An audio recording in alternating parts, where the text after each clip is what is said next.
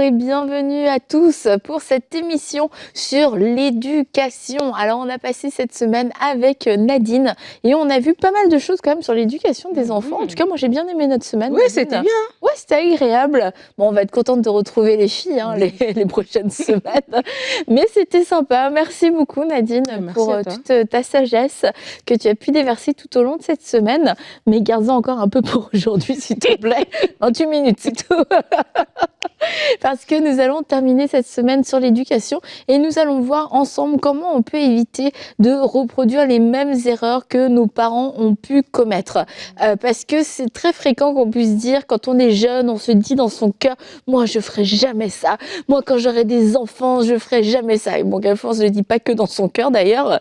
Et puis finalement, on se retrouve nous-mêmes en tant que parents. Et puis on a l'impression qu'on est un copier-coller de notre mère, un copier-coller de notre père et quelquefois pas pour le mieux, c'est exactement les choses qu'on a détestées, les choses qu'on ne voulait pas reproduire, qu'on se retrouve en train de reproduire, on se retrouve en train de le faire et puis on peut se sentir prisonnier. Alors comment sortir de ce système d'éducation qu'on a reçu? Parce que c'est possible de pouvoir en créer un nouveau, c'est possible de pouvoir de ne pas reproduire ce que nous-mêmes on a subi, des choses qui nous ont blessés, des choses qui nous ont déplu. C'est possible par la grâce de Dieu que de pouvoir donner une éducation une éducation que nous-mêmes on n'a pas reçue. Et ça c'est une bonne nouvelle quand même en tant que parent parce que particulièrement quand on vient d'un milieu vraiment dysfonctionnel où il y a pu avoir beaucoup de toutes sortes de choses, des abus, de la violence, etc. Ça peut faire peur de vouloir créer une famille à son tour et de se dire mais est-ce que je vais être un bon parent ou est-ce que je vais refaire la même chose que mon père ou que ma mère? Oui, et lundi, tu parlais des fois, on est le premier chrétien de sa famille, et à ce moment-là, ça devient même un défi supplémentaire parce qu'on doit inculquer des choses que nous-mêmes, on n'a pas reçues. Et lorsqu'on est de nouveau, on devient une nouvelle créature. C'est sûr, les choses anciennes sont passées, toutes choses sont devenues nouvelles. On est racheté, on fait partie, voilà, des enfants de Dieu. Mais notre âme, notre mémoire a encore les souvenirs de comment on a été éduqué. Notre âme aussi, elle a été blessée, elle a été affectée par tout ce qu'on a vécu. Et si on ne fait pas un travail à ce niveau-là, lorsqu'on va on va se retrouver dans des circonstances stressantes ou bien on va se retrouver dans des circonstances qui sont étrangères, qui ne sont pas familières, ces choses-là peuvent revenir à la surface. Et c'est pour ça qu'avoir des enfants, bon, certains d'entre nous vont planifier, OK, voilà, dans 5 ans, on aura notre premier bébé. D'autres, tiens, finalement, ce sera dans 8 mois parce que là, la machine s'est déjà enclenchée.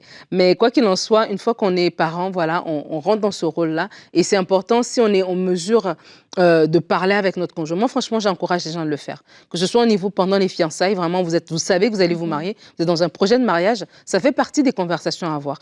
Combien d'enfants on veut, si on veut avoir des enfants, combien on en veut, comment on pense qu'on va les élever, comment nous, on a été élevés. C'est des conversations à avoir. Et même pendant la grossesse, je fais la blague en disant que oui, il y en a qui planifient 5 ans à l'avance, il y en a d'autres qui le découvrent, voilà, que ça va se faire dans cette année ici. Mais c'est question de dire, avant que cet enfant n'arrive, on va déjà parler. Moi, c'est des conversations que j'avais avec mon mari, beaucoup, par rapport à comment nous, on a été élevés, comment moi, j'ai été élevée, lui aussi me parlait de comment il a été élevé. Donc, du coup, lorsque vous parlez de ces choses-là, ça fait que même quand l'enfant arrive, tu as l'information de comment l'autre personne, ils ont fonctionné. Donc, il y a des choses que la personne peut faire que tu peux tout de suite détecter que ça vient de son arrière-plan familial et vice-versa. Donc, du coup, quand on a ces conversations-là, ça nous permet déjà d'avoir un idéal de comment on aimerait que notre famille soit. C'est pas que ça va s'appliquer immédiatement, mais on a déjà une photo. On a déjà comme une espèce de cadre, une espèce de tableau. Voilà, un tableau de ce qu'on aimerait que notre famille soit.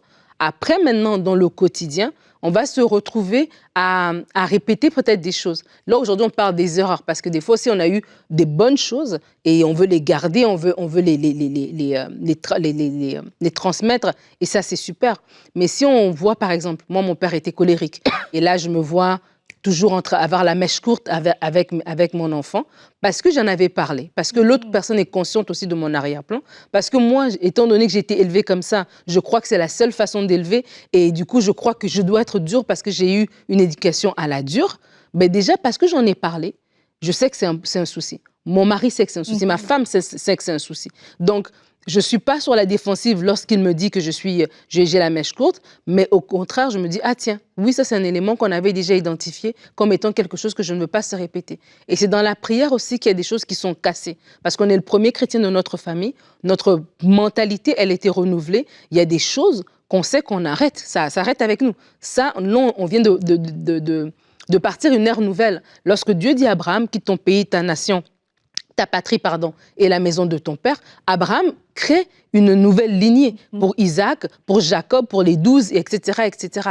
Et donc, on doit être conscient de ça aussi et de se dire, il y a quelque chose qui doit s'arrêter. Il ne faut pas avoir peur. Il ne faut pas se dire, ah ben tiens, regarde, je me vois en train de perdre patience, ça y est, je suis comme mon père, oh, je suis comme ma mère. Non, je veux dire, ah tiens, ça veut dire que cette histoire ici, je dois la couper. Et vraiment, c'est dans la prière aussi que je peux prier pour dire, Seigneur, ces choses-là que j'ai vécues, je ne veux pas les revivre, je ne veux pas les revoir, et puis vraiment de pouvoir travailler là-dessus. Ouais, et dans la prière, et parce qu'il y a des choses qui sont spirituelles aussi, il y a des choses qui veulent s'attacher à nous, et d'en avoir conscience. Je reproduis les mêmes choses alors que je ne veux pas, et c'est de se positionner dans son autorité et dans son identité en Christ. Non, je ne suis plus soumis à ce système, je ne suis plus soumis, je ne suis pas le résultat de cette éducation, je suis un enfant de Dieu, une fille, une fils de Dieu, je suis renouvelée dans mon intelligence, et mon éducation aussi va être différente. Mon caractère est différent, et s'il y a de la colère qui s'est transmise de père en fils depuis 5 générations, ça s'est arrêté parce que Jésus-Christ a brisé la malédiction et je suis libre de cette malédiction.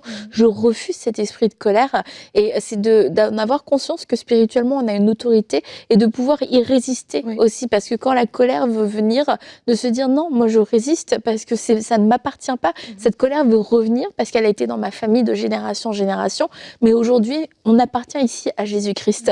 Cet esprit de colère n'a plus sa place, et j'ai l'autorité, j'ai le droit légal de pouvoir la refuser. Alors maintenant, c'est à vous d'y résister, et ça peut être la colère, mais ça peut être aussi le contrôle, ça peut être la dépression, ça peut être toutes sortes de choses, et de se dire non, j'ai autorité et je me positionne, je résiste, je ne céderai pas face à ces tentations, je ne céderai pas face à ces oppressions spirituelles, parce que je suis née de nouveau et Jésus-Christ m'a racheté de la malédiction. Et lorsqu'on peut se positionner de cette façon-là, eh bien déjà on va avoir conscience qu'on n'est pas obligé de subir.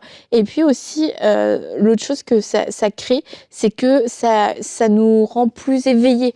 C'est de se dire ok, je sais que la colère a voulu diviser ma famille, a voulu diviser c'est ça, différentes générations. Eh bien je vais travailler particulièrement pour avoir un foyer de paix. On va mettre l'emphase sur la paix dans cette famille. La manière dont on va se parler, c'est comme zéro tolérance pour élever la voix, parce que je sais ce que ça donne, et du coup je vais être vraiment super intentionnelle, parce que je sais les dégâts que ça peut faire. Je suis pas dans la peur, mais je suis dans cette intentionnalité de construire quelque chose que moi je n'ai peut-être jamais vécu, mais j'ai vécu dans un foyer de dispute, de cris. Eh bien je vais construire un foyer de paix, un foyer d'harmonie. Absolument. Il y a un des versets dans la parole de Dieu que j'aime beaucoup, c'est dans Éphésiens 2. Je vais vous lire à partir du verset 18. Même à partir du verset 17, ça dit « Il est venu annoncer la paix à vous qui étiez loin et à ceux qui étaient près. À travers lui, en effet, nous avons les uns et les autres accès auprès du Père par le même esprit. Ainsi donc, vous n'êtes plus des étrangers, ni des résidents temporaires, dans la version Louis II, ça dit, ni des gens du dehors. Vous êtes au contraire concitoyens des saints, membres de la famille de Dieu. » Dans la version Louis II, ça dit gens de la maison de Dieu. Et ça, c'est un verset qui m'a toujours bouleversée, en fait, parce que par ce verset, je comprends tellement ce qui se passe à la croix, que où on était avant, on n'y est plus, en fait. On est vraiment dans un autre environnement, on est vraiment dans un autre royaume. On est des gens de la maison de Dieu. On fait partie de la famille de Dieu. L'ADN qui coule dans mon sang n'est plus l'ADN biologique de mes parents, c'est l'ADN de Dieu, en fait. Et lorsqu'on a cette conscience-là, ça veut dire qu'on est conscient aussi qu'on commence quelque chose de nouveau. Et on parle des erreurs. Des fois aussi, on est adulte. Quand on devient adulte, il y a des choses qu'on voit aussi avec une autre perspective. C'est un peu comme quand on était enfant. On avait l'impression que notre maison était très, très grande, que les rues étaient très, très grandes. Et des fois, tu vas retourner dans le quartier où tu as vécu et tu te rends compte que c'était pas si grand que ça. C'était pas si loin. Tout était très proche. Ou bien la maison, elle n'était pas si énorme que ça. Tout a l'air tout petit, en fait, parce que tu es devenu adulte. Tu as une autre perspective. Et je crois que par rapport à à l'éducation et par rapport à ce qu'on a reçu, l'héritage familial, c'est aussi d'avoir cette perspective-là, de regarder aussi nos parents en tant qu'adultes, donc les regarder adulte à adulte, de se dire, OK, à leur époque, avec les moyens qu'ils avaient, avec l'éducation qu'ils avaient, de retracer aussi des fois, savoir, ma mère, elle a été éduquée comment? Elle était d'où, ma mère? Mon père, qu'est-ce qu'il a reçu comme éducation? Qu'est-ce qu'elle a vécu dans sa vie? Et de comprendre des fois des choses qu'ils ont fait, c'est le résultat aussi des choses qu'eux, ils ont vécues. Donc, c'est pas que c'est un modèle, c'est juste qu'ils l'ont fait parce que, voilà, ils ont vécu ça. Donc, quand je comprends que, de un, je suis Jean de la Maison de Dieu, donc tout ce qui est héritage familial, générationnel, ça s'arrête avec moi parce que je suis connectée à l'arbre de vie, à Dieu lui-même. Donc, je ne suis plus connectée à ces choses-là, donc du coup, ça casse. Mais lorsque je comprends aussi que des fois, la façon de réagir, c'était parce que c'est ça qu'ils ont connu. Parce que voilà, des fois, ils ont vécu dans des conditions difficiles. Il y en a, je ne sais pas, qui ont connu la guerre, qui ont connu peut-être même des familles reconstituées, tout ça, des trucs très, très compliqués. Et ils ont fait le mieux qu'ils pouvaient avec ce qu'ils avaient comme ressources. Donc, ça me permet aussi de relativiser certaines choses, de comprendre que, voilà, ils ont agi comme ça. Ça ne veut pas dire que je dois refaire la même chose.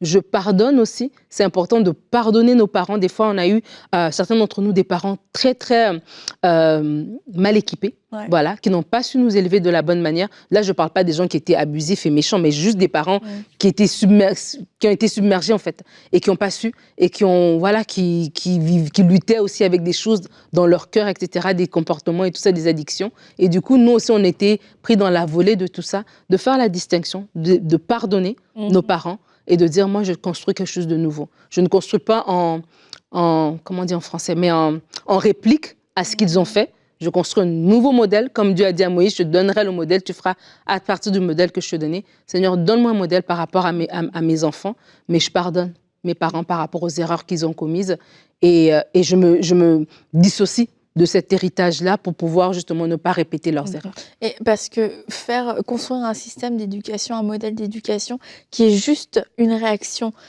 au modèle que nous, on a reçu, c'est hyper dangereux. Parce qu'en fait, on est dans la réaction. On n'est pas dans la construction. C'est comme, moi, j'ai pas eu ça, donc je vais faire ça. Moi, j'ai eu ça, j'ai pas aimé, donc je vais faire ça. Mais c'est pas construit pour dire, bah, c'est ça mon but. Mon but, c'est d'arriver à tel résultat. Mon but, c'est de ne pas arriver à un tel résultat. Donc, c'est bien de savoir ce qu'on veut pas dans notre éducation. C'est une bonne chose, mais c'est insuffisant pour construire un modèle. C'est comme quand tu construis une maison. Ah bah je sais que je veux pas de pierre. Ça veut dire que tu t'en fiches de tous les autres matériaux, que tu vas pas te renseigner. C'est juste, ah non, moi je veux pas de pierre. Et du coup, juste de se dire je veux pas ça, c'est complètement insuffisant et on risque d'aller dans des extrêmes en plus. Moi, mes parents, ils me disaient toujours non Bah du coup, moi je me suis sentie brimée, je me suis pas sentie acceptée. Et on va être laxiste à l'excès avec nos enfants, sans comprendre que les enfants ont aussi besoin d'un cadre et que c'est pas parce qu'il y a un cadre qui était à l'excès et dont on a souffert qu'il n'y avait rien de bon en fait dans ça. Et c'est la maturité qu'on doit rechercher, c'est de se dire bah c'est quoi qu'il y a de bon pour pas tout jeter, parce qu'on risque d'être des parents déséquilibrés et d'être des parents en réaction, d'être rebelles en fait, des parents rebelles, des parents rebelles, et on élève nos enfants juste en rébellion avec nos parents, et ça va pas du tout construire nos enfants. Se dire bah déjà mon enfant est différent de moi, ses besoins sont différents, on est dans une génération différente, et de prendre le temps, comme vous avez pu le faire avec Omer, de se dire qu'est-ce qu'on veut. Parce qu'on arrive avec deux systèmes différents. Il y a du bien, il y a du moins bien. Il y a des choses que ni toi ni moi on a eues, puis que le Seigneur peut nous mettre à cœur.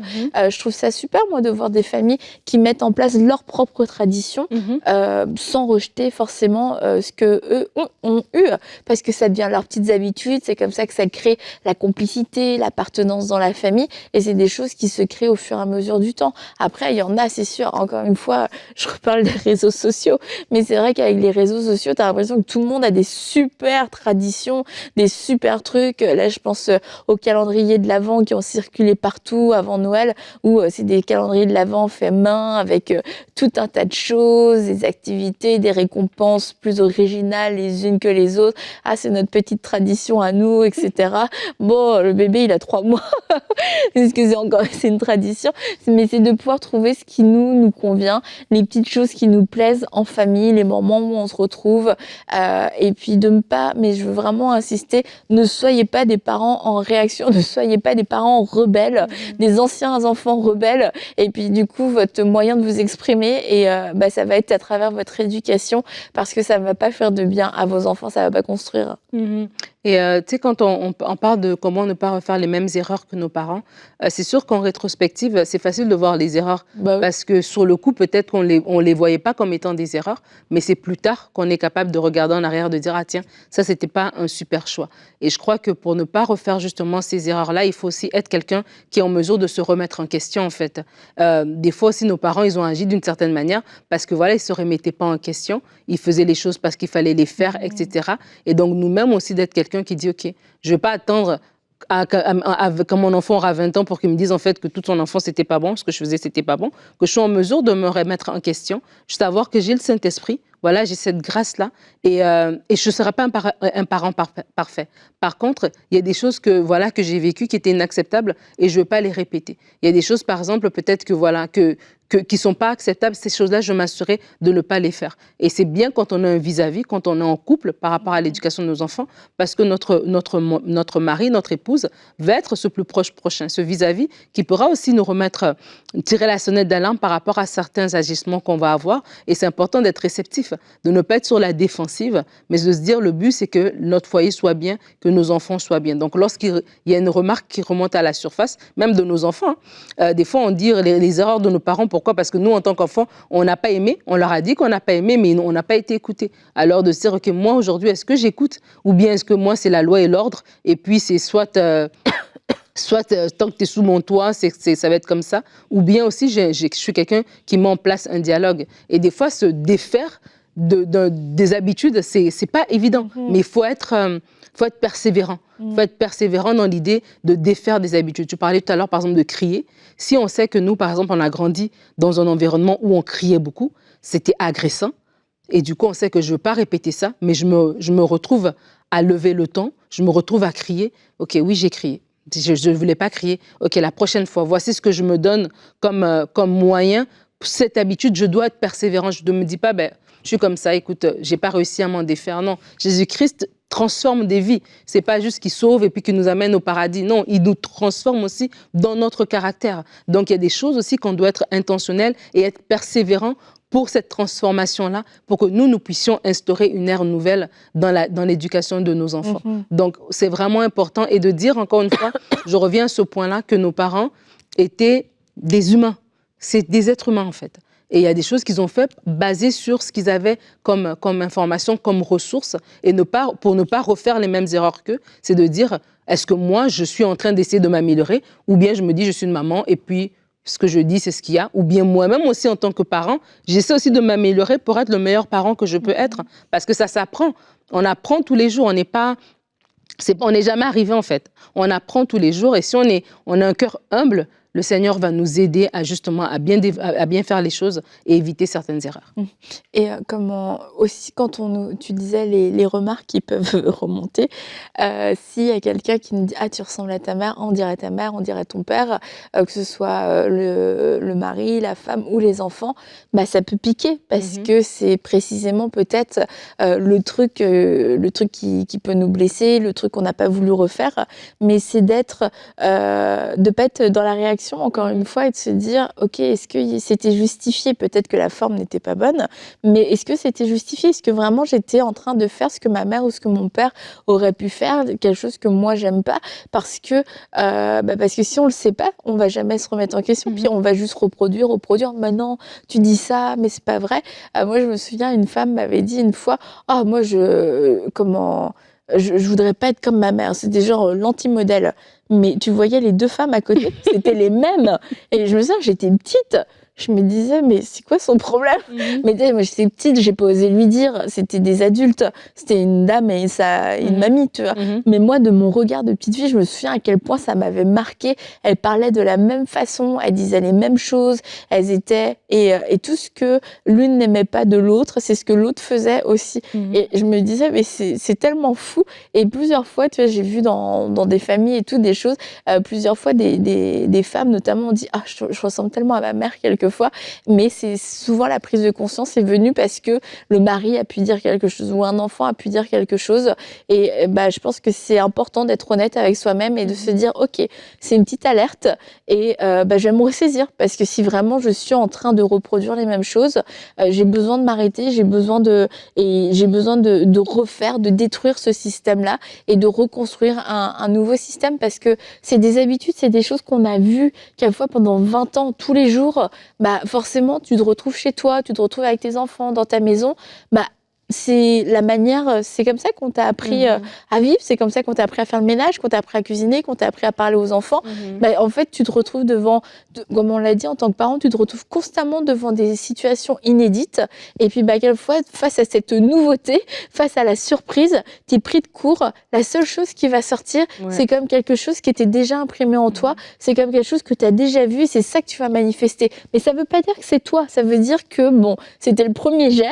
Maintenant, si c'était pas un bon jet, si c'est quelque chose qui ne vous plaît pas, quelque chose que vous dites non, c'est pas ça, c'est pas moi, je veux pas être comme ça, eh bien c'est de pouvoir prendre du recul et puis pouvoir prendre le temps de vous bâtir vous-même, de pouvoir vous construire en tant que maman, de pouvoir vous remplir de la parole de Dieu, de pouvoir vous remplir de la présence de Dieu, parce que quand cette chose, une situation va surgir, est-ce que ça va être le modèle d'héritage familial qui va ressortir ou est-ce que ça va être votre nature en Christ renouvelée qui va pouvoir se manifester. Et je crois que à quelle fois on est beaucoup dans la chair dans ces combats-là parce qu'on ne se remplit pas nous-mêmes de la parole et de la présence de Dieu. Absolument, c'est tellement vrai ce que tu dis parce que c'est ça, c'est pas ton naturel, mais ce que tu as vu en fait, ce qui est familier. Voilà, c'est la réaction familière qui va sortir en premier. Et surtout quand vient le temps de l'éducation des enfants, parce qu'on aime tellement nos enfants, parce que c'est proche de nous, parce que c'est dans notre quotidien, c'est le ménage, c'est les devoirs, c'est le quotidien, tout ça, les repas. On est tellement dans tout ça que voilà, des fois, devant des situations, voilà, tu te dis, moi, je voulais pas faire ça, ma mère m'a toujours fait ça, j'ai pas aimé faire ça, que tu te rends compte que tu le fais en fait. Mais c'est tellement important ce que tu dis de se remplir de la parole, de ne pas fonctionner par la chair et d'être réceptif, vraiment être réceptif au retour de l'autre et même au retour de nos enfants. Nos enfants vont nous le faire sentir, en fait, que ce qu'on est en train de faire n'est pas bien et d'être réceptif aussi à ce retour-là, de ne pas se dire, je suis le parent et puis tant pis, ça va être ça. Parce qu'on pourrait le faire. On pourrait être tranchant, mais ça ne va rien produire, en fait. Et ça va faire encore qu'eux, devenus parents, ils vont dire, j'aimerais pas faire ce que ma mère a fait. Et on va vraiment éviter ça. Et j'aimerais bien qu'on puisse prier pour les personnes. L'émission tire à sa fin, mais on se rend compte bien qu'on a fait cette semaine sur l'éducation des enfants. Et c'est pas évident pour plusieurs. Être un parent, c'est une bénédiction, c'est vraiment une bénédiction, mais c'est aussi une responsabilité. Et c'est quand on devient parent qu'on découvre des choses sur nous-mêmes qu'on n'était pas consciente. On découvre des choses sur notre mari, notre épouse, qu'on ne savait pas que c'était là. Lorsqu'on mélange les deux modèles d'éducation, on crée un nouveau modèle d'éducation. Il y a des choses comme ça, peut-être pour nous, ça allait de soi et pour l'autre, non. Et après ça, on est devant un enfant. Et puis, si on en a plus qu'un, on en a deux, on en a trois, on en a quatre, on va se rendre compte que les enfants sont différents. Peut-être même, il y en a qui ont des enfants qui ont des besoins spéciaux, que ce soit au niveau de leur comportement, que ce soit au niveau de leur santé physique. Il y a tellement de défis qui accompagnent l'éducation de l'enfant. Et surtout dans cette génération, je crois que toutes les générations ont sûrement dit dans cette génération, parce que voilà, chaque génération a ses défis. Mais je crois vraiment que les défis de cette génération en particulier sont quand même assez spéciaux.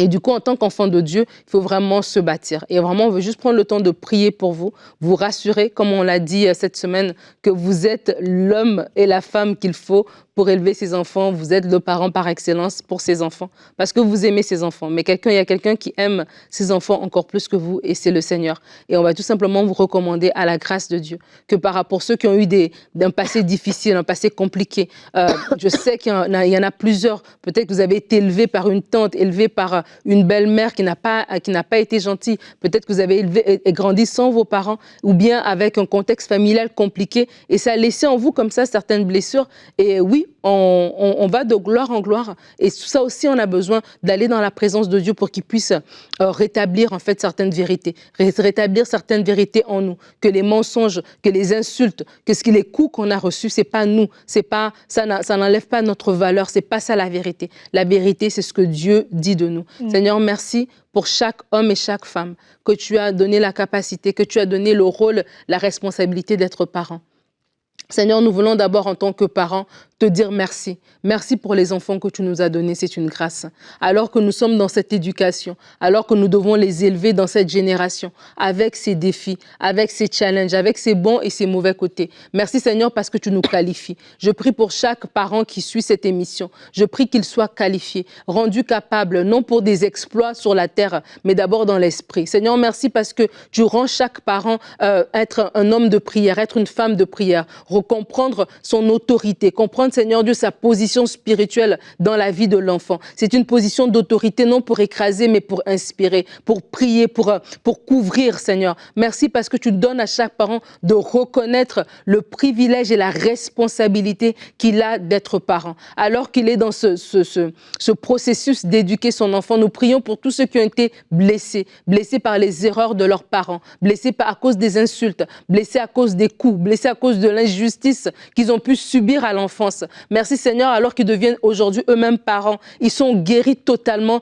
de ces choses-là, guéris totalement même de la mémoire de ces événements. Merci parce que oui, tu es celui qui fait toutes choses nouvelles. Tu fais une page nouvelle dans leur vie. Seigneur, merci parce qu'ils n'éduquent pas leurs enfants de façon réactive, en réaction à ce qu'ils ont vécu, mais ils éduquent leurs enfants selon le modèle que toi, tu leur as donné. Je prie que chaque parent chrétien puisse aller dans le lieu secret, dans ta présence, pour recevoir le modèle que tu as pour sa famille, le modèle que tu as pour son foyer. Merci Seigneur, parce que nous allons élever des enfants qui vont grandir dans les voies de Dieu. Merci Seigneur, parce que nous allons élever des enfants qui vont te connaître, qui vont faire une rencontre personnelle avec toi. Comme il a été dit de Jésus, qui grandiront en sagesse, en stature et en grâce devant Dieu et devant les hommes. Merci Seigneur, parce qu'en tant que parents chrétiens, tu nous rends capables, tu nous outilles Seigneur Dieu pour cette mission que tu nous donnes. Oh Seigneur, je prie aussi pour les couples. Merci parce qu'ils travaillent ensemble. Merci pour le nouveau modèle que tu donnes d'éducation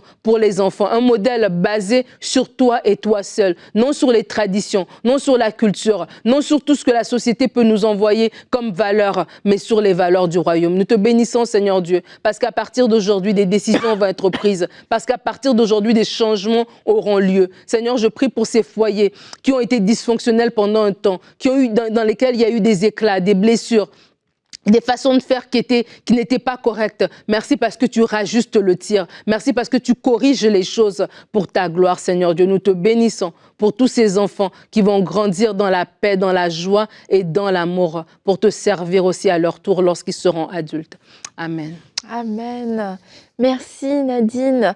Et on veut vraiment vous encourager avec Nadine à faire confiance au Seigneur, à faire confiance dans sa grâce. Et c'est lui qui vous accompagne, c'est lui qui vous équipe pour que vous-même vous puissiez accompagner, équiper et outiller votre enfant. On est toutes en tant que maman en apprentissage, on est toutes en croissance, on a toutes fait des erreurs et on n'est pas là pour se blâmer les unes les autres, mais on est là pour s'encourager et se dire aujourd'hui ça a été une mauvaise journée, mais demain ce sera une meilleure journée. Et oui, il y aura encore d'autres journées qui seront pas super, qui seront pas géniales, mais ça vaut la peine de pouvoir persévérer, ça vaut la peine de continuer, de vous battre pour vos enfants, de vous battre pour eux dans la prière, de vous battre pour leur salut, parce que l'amour d'une mère, c'est tellement puissant. Et si vous regardez bien, Dieu a parlé principalement à des femmes concernant l'avenir de leurs enfants, parce qu'il savait que ces femmes allaient être des femmes de prière, allaient être des femmes de foi.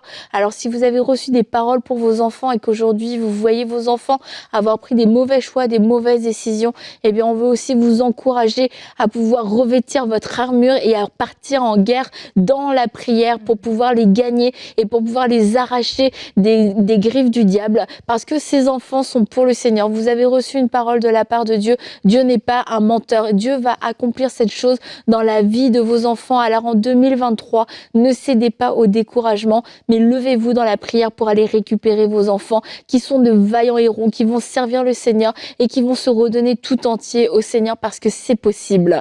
Et merci beaucoup Nadine. Merci Annabelle. Et on va se retrouver la semaine prochaine avec les filles et on se retrouvera aussi tout ensemble pour une prochaine émission de Paroles de Femmes.